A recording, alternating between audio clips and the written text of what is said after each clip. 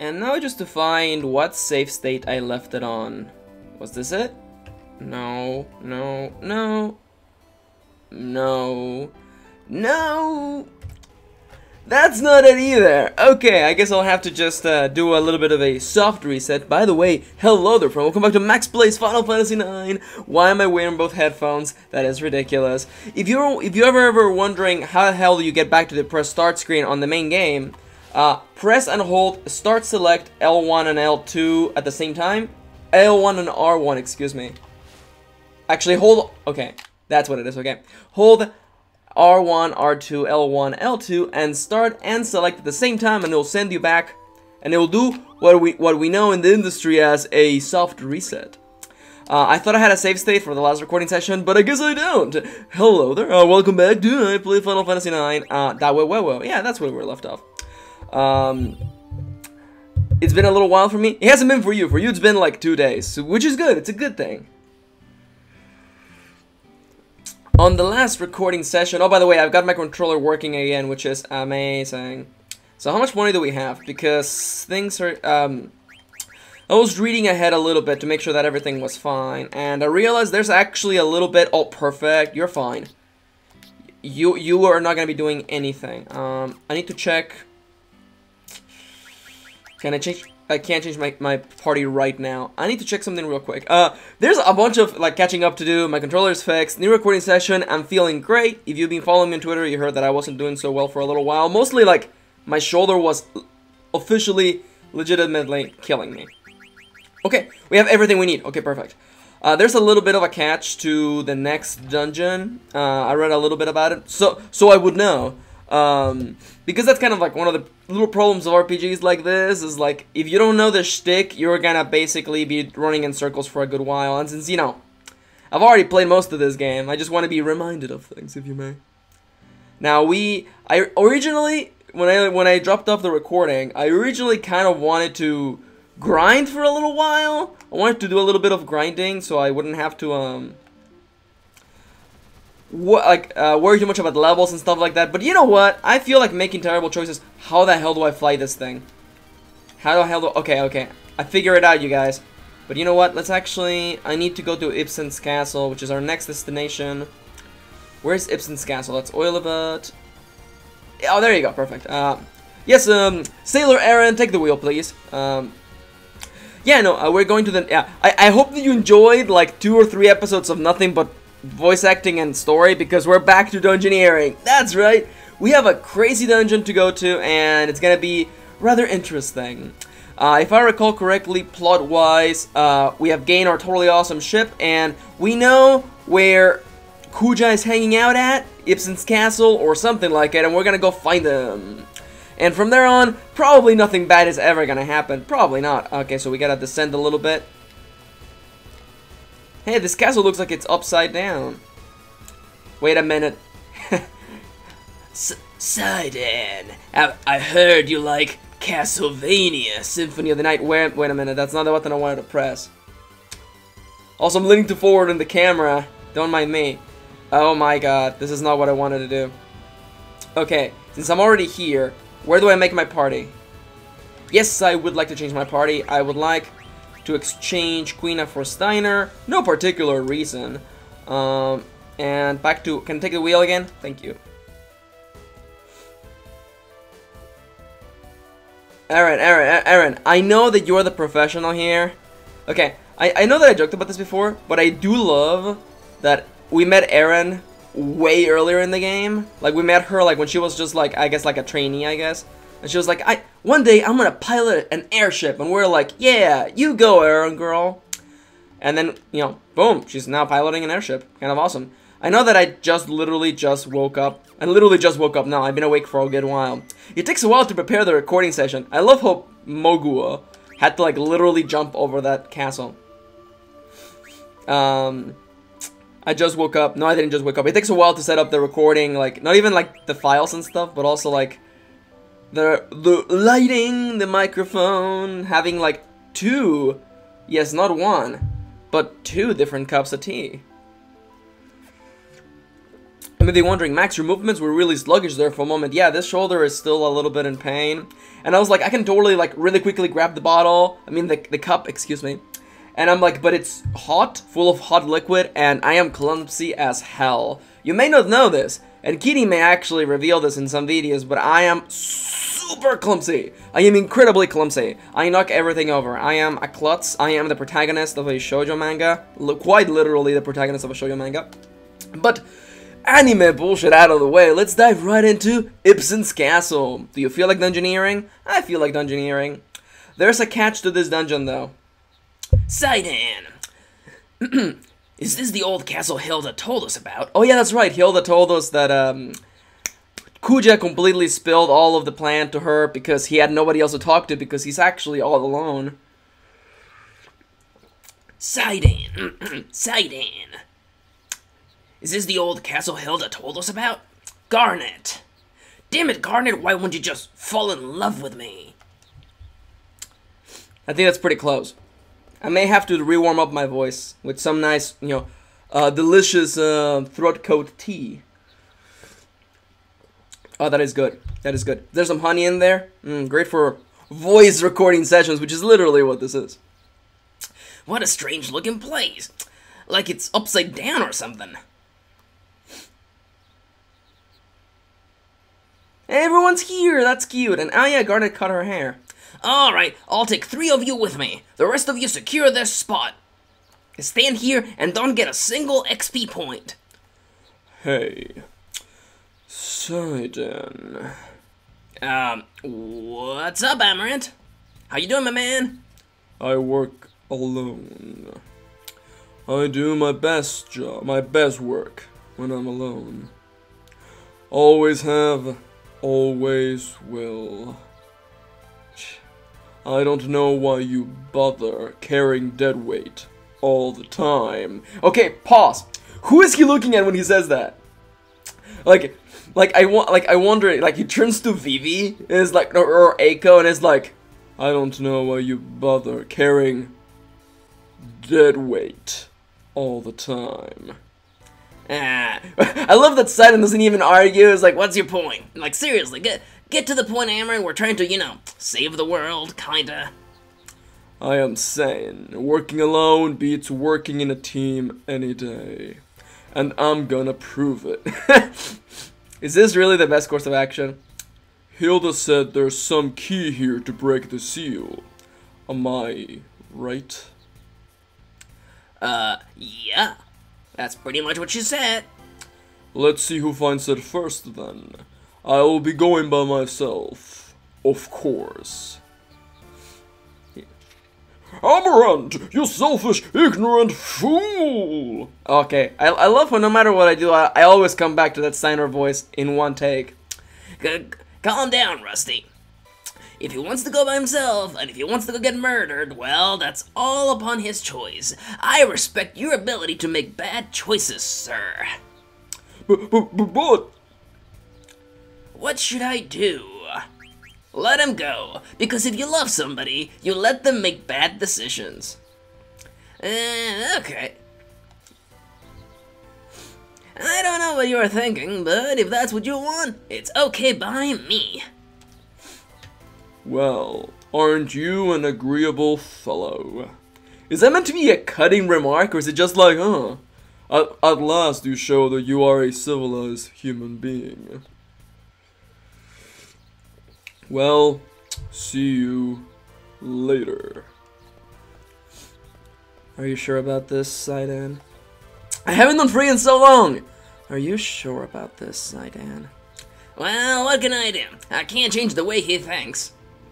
Let's get going, everyone. We'll beat Amaranth at his own game.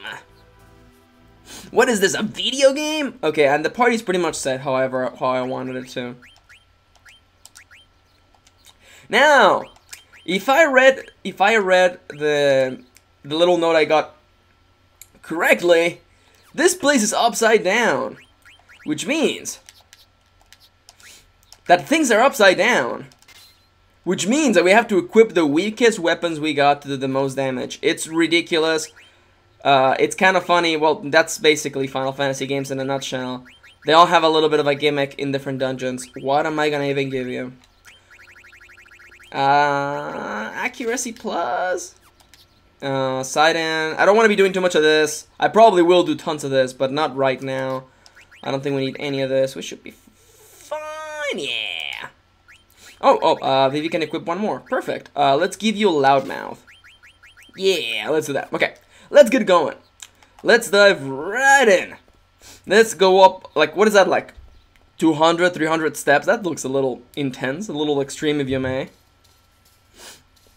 Ibsen's Castle. It's playing the main thing of the game. I freaking love that song.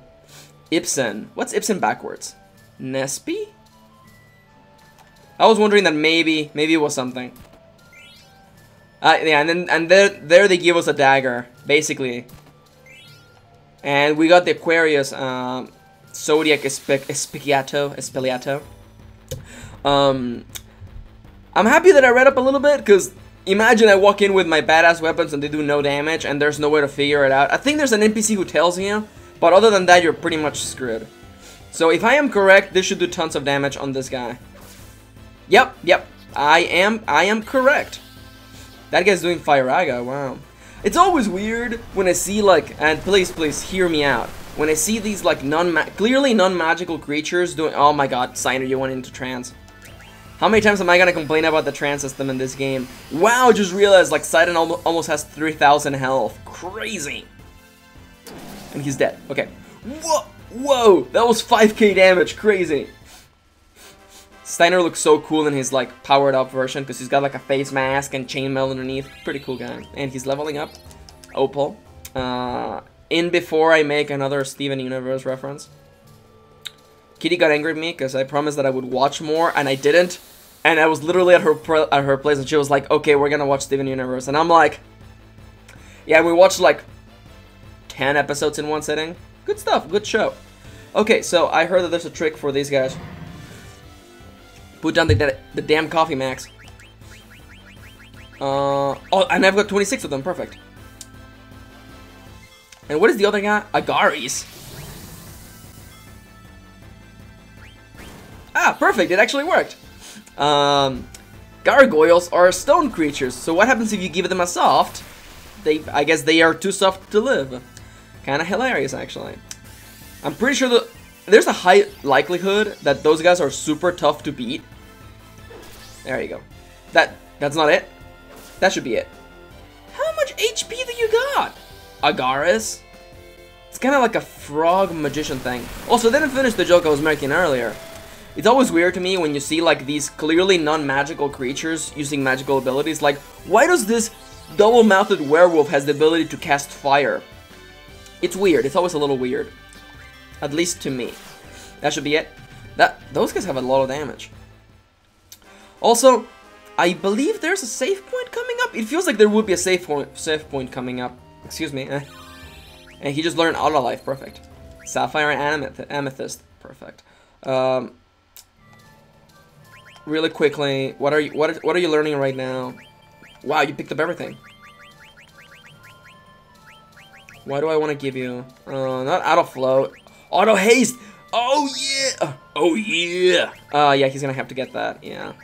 You gotta put on our Macho Man Randy Savage and just where the hell are those running boots? There you go. Auto Haste is amazing because it means he's gonna be attacking all the bloody time. And I'm actually just gonna give that to him right now. How much is Auto Haste? Auto Haste is 9 points. Okay, well, bye-bye accuracy, bye-bye man-eater. She's a man-eater. Bye-bye to this. Oh, we have a lot of garbage that we don't need. Perfect. I'm gonna put you on, and then Auto Haste, boom! Wait, I still have 2 more points. Not Stone Killer. Is there anything here worthwhile? I've kind of realized that level up doesn't really matter, because, especially for Sidon, because he's always gonna be in the party, so he doesn't need to catch up with anything.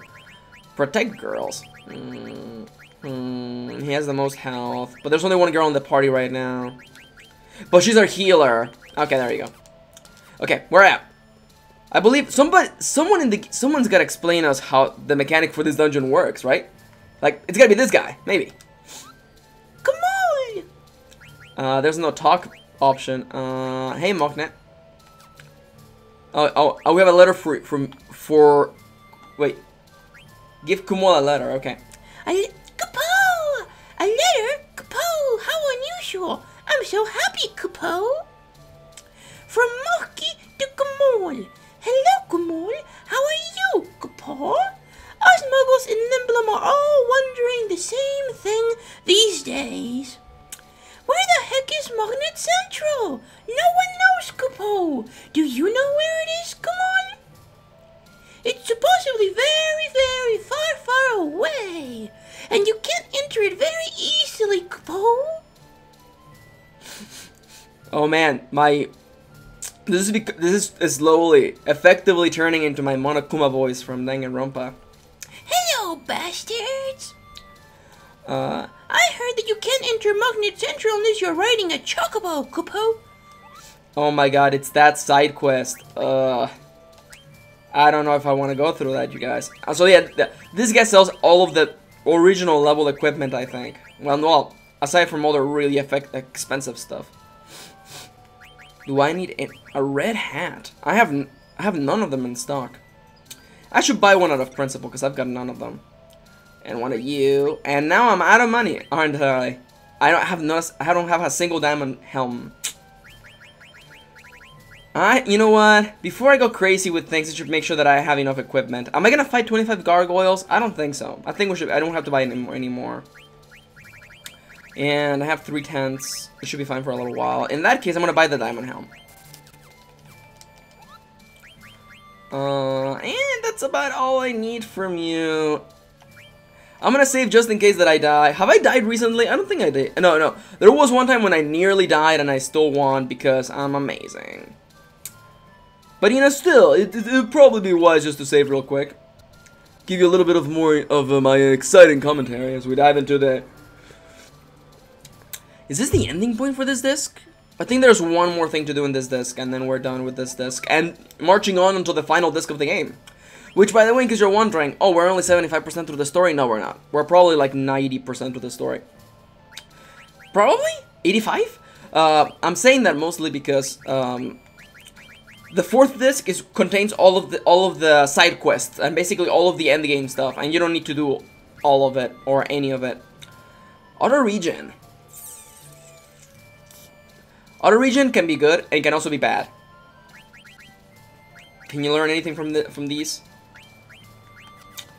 Okay, well, let's give this guy his best helmet yet, the diamond helmet. The diamond, excuse me, made of diamond. Why? I read that randomly, and I'm like, wait a minute, is that how you spell diamond? And I guess it is, huh? Are my pain meds finally kicking in? Anyhow. It reduces your strength by 1 point, but it's an improvement any other way. And you are already ready to go with equipment, and let's just give you a red hat. Who benefits the most from our region? I think it's actually our friend Saiden. There you go. And let's move on. Did I give the red hat to anybody? I don't think I did, but nobody can use it right now. Ooh, that's a treasure chest right there, if I've ever seen one. Cat's claws. Oh yeah! Most of the crap in this dungeon is gonna be first level equipment. Because you need it in order to actually defeat what's going on. I'm happy you're right up ahead, because there's no way I would make it this far with my high level weapons doing no damage. Attack. And Saiden has got speed up. Oh, that is so good. Okay, you defend. Attack. And I forgot to heal people, but I think we're doing fine damage. That's Flame Breath. It attacks everybody. That's a lot of damage. Thankfully, they should keep themselves up. And we should... Oh, it's Cerberus. Cerberus. The dog that it stands at the gates of Hades and watches over intruders, I guess, because people love to sneak into hell.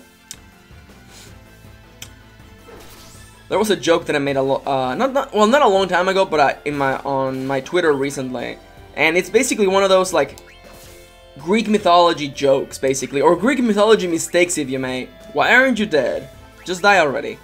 And the joke goes like this: is like if you want to make it if you want to cross Hades, you have to cross the river Styx, which is where all the souls of the dead gather. and there's a boatman there, and if you want to cross, you can pay him a coin to cross. The general misconception with that, especially in fiction, because this always happens, a person pays to cross the river Styx, but they only pay 1 coin. And now the problem is, you pay 1 coin to get on the boat and cross, you have to pay another coin to get out. Otherwise, he just tosses you into the river, and you die. That's actually one of those really old, like, Greek mythology jokes. And this does nothing, okay. And like whenever I read fiction and somebody's like getting on the boat with getting on the river Styx with the boatman, and I'm like, you better have the money, otherwise you're just gonna die. Jump off the, wait. Oh. Let's go up first. I feel like the game doesn't want me to go up, so I'm gonna go up first. Oh, never mind. We're going down, down, down. But no, yeah, I love that little joke. Yeah, so, point of reference, if you ever want to cross the river Styx, have 2 coins with you, please. I want to get to that treasure chest, but I don't know how. Can I just... That's all I have to say about Greek mythology. I have tons of things to say, but for now, I don't... Like, I can feel myself right at that... You know, that one point. That point where if I keep talking, I'll just rant for like 3 hours about, the river Styx. You attack the Agares, and you are gonna throw a soft at our little friend the gargoyle to make them too soft to live, and you're gonna defend. Soft! It became too soft to live. That is the silliest thing, and I love it. What are those guys? Like frog, magician, alien guys with psychic powers. Which is the title of my upcoming monster novel, I guess. Now, I know that I could be using Vivi's black magic to get through these guys. I kinda don't want to. Mostly because I don't want to waste the MP. I think I sold a bunch of elixirs, ethers on the last episode to buy weapons, which ironically we're not gonna use. Dagger learned Shiva. Which is a pretty cool... I may just summon Shiva on the next fight just so you see how awesome Shiva is. Ironically though, Shiva is originally a Hindu goddess or deity. Let's say deity because it's not like they have gender anyway. It's a deity, and it's one of those strange deities because, well, all of the summonings in Final Fantasy are taken from mythologies from different parts of the world, and they're all kind of twisted. And I don't mean that in a cool way. I mean like, cause the classical Shiva has nothing to do with ice, but somehow in the Final Fantasy universe, Shiva is always an ice-based summon. She always does ice damage. Which is a little silly, I'll give you that. Okay, so where are all my gemstones? We haven't learned Ifrit, which is a fire one. Oh, whoa, we have to learn freaking Bahamut. Yeah! Yeah, no, we have to learn Bahamut because it's one of the strongest ones. And we're probably gonna blast the boss with it like several times. Well, I guess we'll figure out. Excuse me.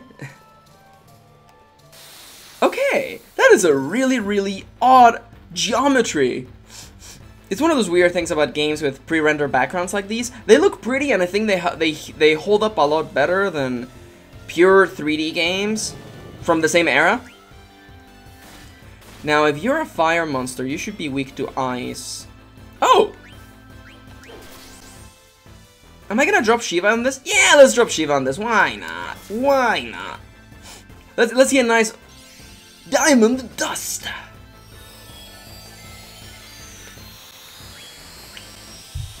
I forgot that she's really scantily clad in this version of the game. Minus points for that.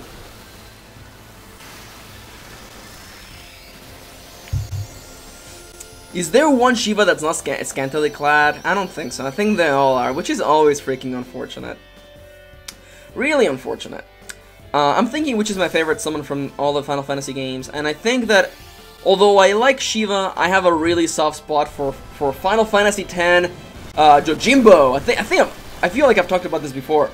Wow, Dagger just died. Should be fine. I'm sorry, I'm fighting a sneeze. It's one of those things where like I'm fighting shoulder pain and just like a cold that's been around forever. which is hilarious because it's like, you know, still like summer hasn't died yet. And from my point in the timeline, hello people from the future. If it's summer where you're watching this in the future, please feel free to leave a comment. Or you could also be on the other side of the world. Like, I forget that, you know, the seasons are not global. I knew people who lived on the very bottom of Chile, which is basically upside down land for all, you know, for all intents and purposes. I hope that doesn't come off as offensive, because it's literally upside down land. They have winter when summer should be, and many other silly things. Okay, so we're gonna take the ladder. I think there's trapdoors, because there's no physical way to get to that treasure chest. So there's gotta be some sort of trapdoor. Or I am going to be given the choice to jump down there. Or not. I looked over the loot list for this dungeon, and everything is not very impressive. I think there's like a ribbon around here somewhere, but... Oh, it's the Ahriman! The Ahriman is a classic Final Fantasy monster. And he just cast the Doom on us, which means that we have a set amount of turns to defeat him before one of our party members dies. Which is 10 actions in this case. In that case, I'm gonna... You're a flying monster, so by video game logic, Thundaga should do a lot of damage to you. Because it's a flying monster. It's lightning damage. Vivi, use lightning! Is it super effective? Yeah, it was mildly effective. As effective as anything could have been. So, Blaster. Is that like I-beam blast? Yeah, okay. That's, you know, Alien Invader is just... Shoo! Guys, Vivi's gonna die in 2 turns. Please do something. Do something. Oh yeah, perfect. Nice. Good timing, everybody. By the way, let's talk about speed in video games real quickly, since we're looking at... Oh my god. Dodger just learned Berserk, which, you know, she's finally gonna come out of the closet and admit that she loves the Berserk manga. Guts! I know his name is Guts, I'm being a shit, please don't yell at me. She learned Berserk. And, oh, she's still got more things to do. I have very little knowledge of the Berserk manga, I just know that people hate it when they refer to the main character as Gutsu, as opposed to Guts. That's all I know. It's funny because, like, I have, not theoretical, but I have... What is that goddamn joke from Adventure Time? I have no. It's gonna drive me insane. I have a certain level of knowledge. If you know what I'm talking about, leave it in the comments below. I have a certain level of knowledge of different things, mostly based on how people have reacted to things. And I remember seeing some people yelling about, you know, like, his name is Guts, not Gutsu, you freaking weeboo. And I'm like, Max will remember that. Because I love making people angry. Okay, so I'm gonna give you the Mantra headband out of no principle other... You know what? The Green Beret. Because Dagger would totally... a Dagger Green Beret. It's the Operation Snake Eater. Yes. It's Metal Gear Solid 3 AU, where everything is the same except instead of Big Boss, you play as Dagger. That wouldn't be too bad. She just drops a summoning and just basically destroys the entirety of that Russian base. And you learn something. Can you tell that I've been playing Metal Gear recently? Well, I mean, you can't tell because there's a Metal Gear LP on the channel right now. Metal Gear Acid. I've been enjoying shooting that LP. If you haven't watched it, I recommend you do. It's a ridiculous game because it's Metal Gear. Why wouldn't it be ridiculous? So, there's like 3 things I want to talk about. And I've lost count of all of them. I've lost count. One of the things I want to talk about are statistical speeds in video games. Oh my god, the timer's about to go off and I won't have time to finish this conversation link. Okay. I like it that at least in this game it appears that all characters move at the same speed. I appreciate that, because if characters didn't move at the same speed, you would have a situation similar to what I refer to as the Chrono Trigger situation, in which some characters are objectively faster than others. Oh, I can't go down, okay. Or, yeah. I love Chrono Trigger, it's one of my favorite RPGs of all time. I hate the fact that, objectively speaking, it is a mistake. It is a bad choice to play as Robo, which is one of my favorite characters, because he is actually the slowest out of the entire party. Like, I think somebody averaged it out, and, like, he gets like 0.8 turns to everyone's turn, and he's so slow that he's basically objectively a bad choice. I don't know where I'm going anymore, but I'm sure I'll figure it out. And that pains me. Wait a minute, are you telling me I already made it to the point of this entire dungeon? Because I know that this is the point of the dungeon. What the hell? Am I so quick, so good, so amazing that I've already gotten here before, you know, even my timer went off? So, I'm gonna leave it here for now, and I'm gonna let you think about the statistical implications of characters' speeds and their gameplay functionality for now. On the next episode, we'll talk to Amar and we'll find out where this dungeon goes. And I'm not gonna lie to you. I'm gonna check the loot list, and if there's nothing in this dungeon worth getting, I think we're just gonna call this dungeon done and move on and see where the story progresses from there on. But anyhow, I want to thank you for watching. Thank you for spending a little bit of your day with me, and I'll be seeing you on the next one. Mwah.